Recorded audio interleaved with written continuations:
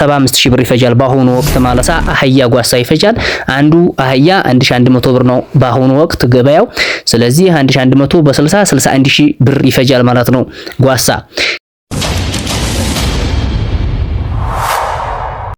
ሰላም አለይኩም ወራህመቱላሂ ወበረካቱ። ሰላም ውድና የተከበራችሁ የቻናሌ ቤተሰቦች እንዴት ናችሁ? እኔ ደህና ነኝ አልሐምዱሊላህ። ዛሬ ደግሞ በአዲስ ቪዲዮ መጥቻለሁኝ። ዛሬ ይዤላችሁ የመጣሁት ቪዲዮ ምንድነው?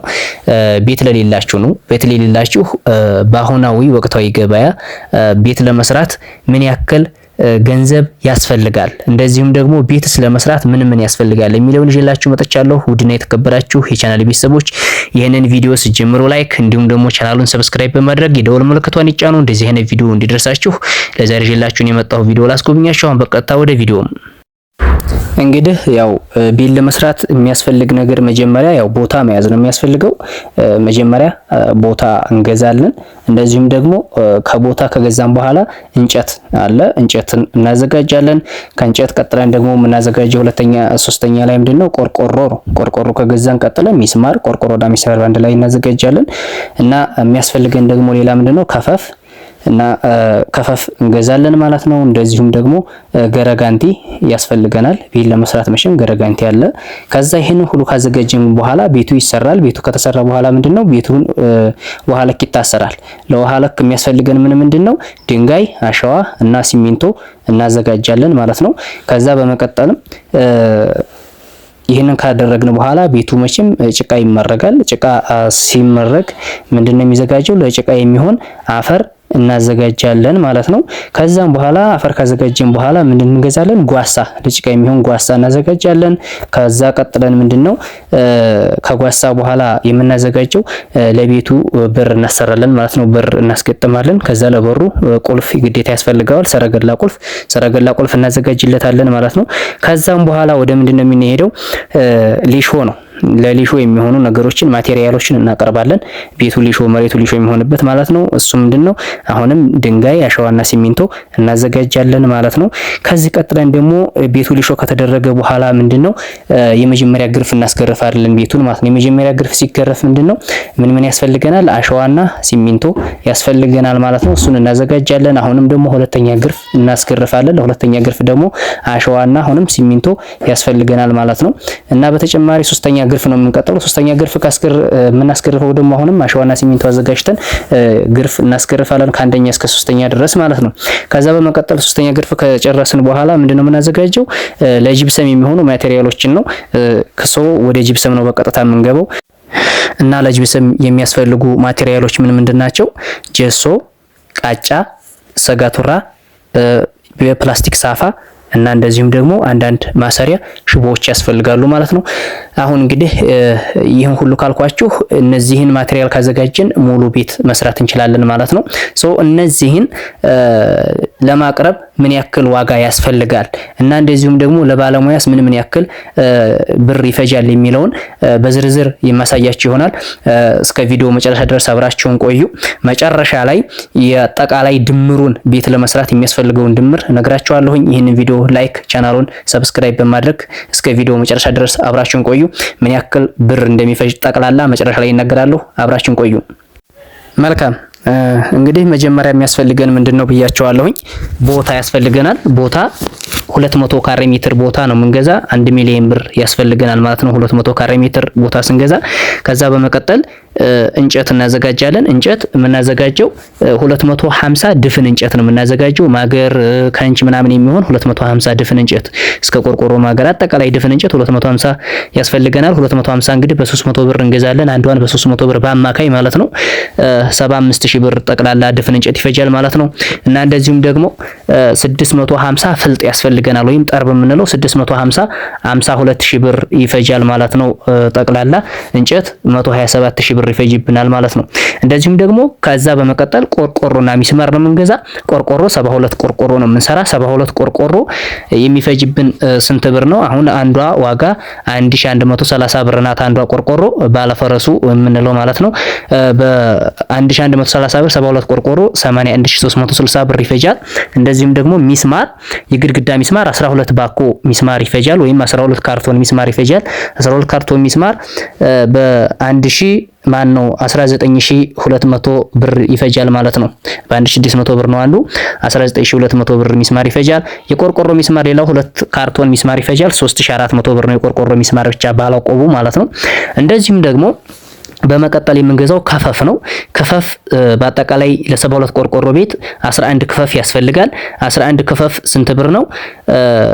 3200 ብር ናት አንዷ። የአውስትሪያ የውጩ ከፈፍ የምንለው የአውስትራሊያ ክፈፍ እሱ 3200 ብር አንዷ። በአጠቃላይ 35200 ብር ይፈጃል ማለት ነው ከፈፍ። ከዛ ይህንን ሁሉ አድርገን አዘጋጅተን ለአናጺ የምናዘጋጀው ስንት ነው? አናጺ አሁን ተወዷል 500 ብር እያለ ነው አንድ ቆርቆሮ የሚሰራ። ስለዚህ ለአናጺ 72 ቆርቆሮ ስለሆነ የምናሰራ 36000 ብር በካሽ ለአናጺ እናዘጋጃለን ማለት ነው። ከዛ በመቀጠል የምናዘጋጀው ምንድነው? ገረጋንቲ ነው። ገረጋንቲ ስንት ብር ይፈጃል? ገረጋንቲ እንትን የሚለው እንግዲህ እንደየቤቱ ይለያያል። እንግዲህ እኔ በአማካይ ያያዝኩት 3 ቢያጆ በሲኖ ትራክ 3 ቢያጆ ገረጋንቲ የሚፈጅ ቤት ስንት ብር ያስፈልገናል? 13000 ብር ነው አንድ ቢያጆ በአማካይ ዋጋ 39000 ብር ለገረጋንቲ ያስፈልገናል ማለት ነው ለገረጋንቲ። እንዲሁም ደግሞ ይህንን ገረጋንቲ ገዝተን ቤት ውስጥ ለማስገባት ለወዛደር ሶስቱንም ቢያጆ ለማስገባት 20 ሺህ ብር ይፈጃል ማለት ነው። 20 ሺህ ብር ለወዛደር እንከፍላለን። ከዛ በመቀጠል ደግሞ ይህን ሁሉ አድርገን ገረጋንቲ ካስገባን በኋላ ምን ያስፈልጋል? ቤቱ ውሃ ልክ ያስፈልገዋል። ቤቱን ውሃ ልክ ለማሰር ምን ያስፈልገናል? ድንጋይ፣ አሸዋና ሲሚንቶ ያስፈልገናል ማለት ነው።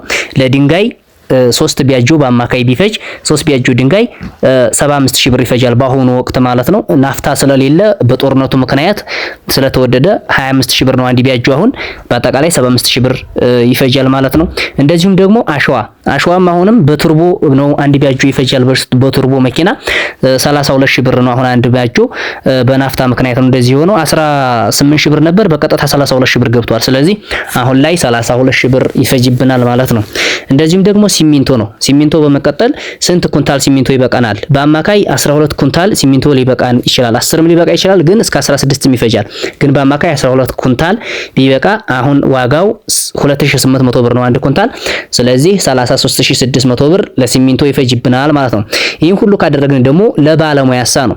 ባለሙያ ስንት ብር ተከፍሎት ይሰራል? አንድ የቤት ውሃ ልክ የሚሰራው 18000 ብር ነው። 18000 ብር ለባለሙያ እንከፍላለን ማለት ነው። ከዚህ በመቀጠል ይሄንን ካደረግን በኋላ ለውሃ ቀጂ ማለትም ውሃ ቀጂ ያስፈልገናል እስከ 22 ቀን ድረስ የሚያጠጣ ከተጀመረ ጀምሮ። ስለዚህ ለውሃ ቀጂ ደግሞ 18000 ብር እንከፍላለን ማለት ነው። 18000 ብር። አሁን የውሃ ልክ ጨረስን። ከዚህ ቀጥለን ደግሞ ምንድነው ቤቱ ይመረጋል፣ ጭቃ ያስፈልገዋል። ስለዚህ ለጭቃ የሚሆን አፈር እንገዛለን። አፈር 3 ሲኖ ትራክ ይፈጃል። 3 ቢያጆ እያንዳንዱ 10000 ብር ቢሆን በአማካይ በአጠቃላይ 30000 ብር ይፈጃል ማለት ነው አፈር። እንደዚሁም ደግሞ ምን ያስፈልገናል? ከዚህ ቀጥለን ያንን አፈር አስክዘን ጭቃ ማብኪያ ምን ያስፈልጋል? ጓሳ ስንት ጓሳ ይፈጃል? 60 አህያ ጓሳ ይፈጃል። አንዱ አህያ 1100 ብር ነው በአሁኑ ወቅት ገበያው። ስለዚህ 1100 በ60 61000 ብር ይፈጃል ማለት ነው ጓሳ። ከዚህ በመቀጠል ደግሞ ለቤቱ ማለትም ቤቱን ለማስመረግ ለሰው ኮንትራት እንሰጣለን። ለወዛደር ጭቃውን የሚመርግ ሰው ማለት ነው። እስከ ልስን ድረስ ነው የምንሰጠው። እሱ ጠቅላላ ቤቱን የሚመርግልን የውጭውን የሚወስጡንም 50000 ብር ይፈጃል። 50000 ብር ለወዛደር እንከፍላለን ማለት ነው። ከዚህ በመቀጠል ደግሞ ቤቱ ምን ያስፈልገዋል? በር። ለበር ፍሬንች በር አሁን ላይ የሚሰራው 80000 ብር ሆኗል። 80000 ብር ለበር እንከፍላለን ማለት ነው። ከዛ ቁልፍ ያስፈልገዋል በሩ። ያ ማለት ሰረገላ ቁልፍ ነው የምንገዛው 2800 ብር ነው አሁን ሰረገላ ቁልፍ ማለት ነው። እንደየደረጃው ይለያያል። 3200 ብርም አለ። ከዚህ በመቀጠል ደግሞ ይሄንን ካደረግን ቤቱ ምን ይደረጋል? ገረገንቲ ተጠቅጥቋል፣ ምን ብሏል? ሊሾ ያስፈልገዋል። ስለዚህ ቤቱን ሊሾ ለማድረግ የሚያስፈልገን ምንድነው? ቅድም ነግሬያቸዋለሁ። የመጀመሪያው ድንጋይ ነው። ድንጋይ 2 ቢያጆ ይፈጃል በአማካይ ደህና ውሎ ከተሞላ ገረገንቲው 2 ቢያጆ 25000 ብር 50000 ብር ይፈጃል ማለት ነው። አሸዋ ደግሞ አንድ ቢያጆ ይፈጃል 32000 ብር አሸዋ ይፈጃል ማለት ነው። እንዲሁም ደግሞ ሲሚንቶ 12 ኩንታል ይፈጃል 12 ኩንታል በ2800 33600 ብር ይፈጃል ማለት ነው። ከዛ ደግሞ ለባለሙያ ቤቱን ሊሾ የሚያደርግልን ባለሙያ ስንት ብር ያስፈልገዋል? 18000 ብር ያስፈልጋል ማለት ነው።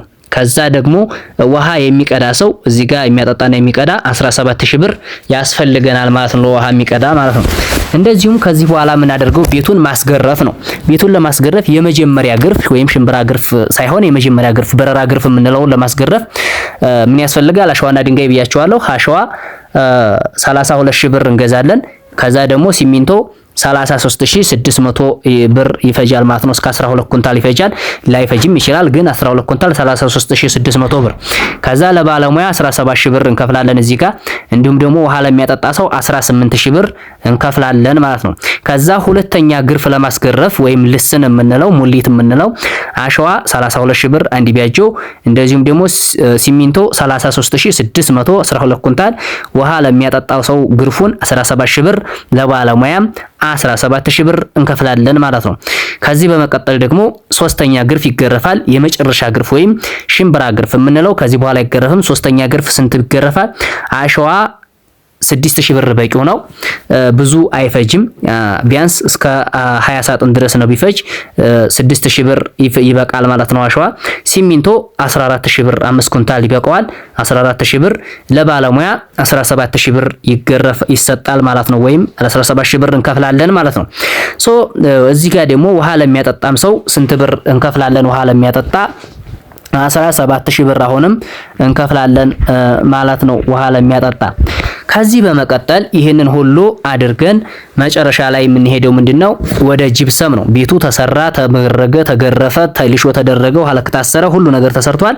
አሁን ወደ ጂፕሰም እንሄዳለን። ጂፕሰም ለማድረግ የሚያስፈልጉ ነገሮችን ነግሬያችኋለሁኝ። አሁን በቀጥታ የሚያስፈልገው ብር ስንት ብር ነው? እያንዳንዱ ባልዘረዝርላችሁም እዚህ በአማካይ ወይም ጠቅላላ እስከ ኤሌክትሪክ ዝርጋታው እስከ ባለሙያው እና እስከ ማቴሪያሉ ዋጋ ለጂፕሰም 350,000 ብር ያስፈልገናል ማለት ነው። 350,000 ብር ያስፈልጋል። ከዛ ይህን ሁሉ ሰርተን ይህን ሁሉ አድርገን ምንድነው የምናደርገው? ቤቱን ስም ለማዞር ከፈለግን መዘጋጃና ፍትህ ምናምን የሚከፋፈሉ አሉ። እነሱ እስከ 120,000 ብር በአጠቃላይ ሊፈጅብን ይችላል ማለት ነው። 120,000 ብር ብለን ይዘነዋል ማለት ነው። በአጠቃላይ እንግዲህ ቤትን ለመስራት እስካሁን የዘረዘርኩላችሁ ሁሉ ይበቃል ማለት ነው።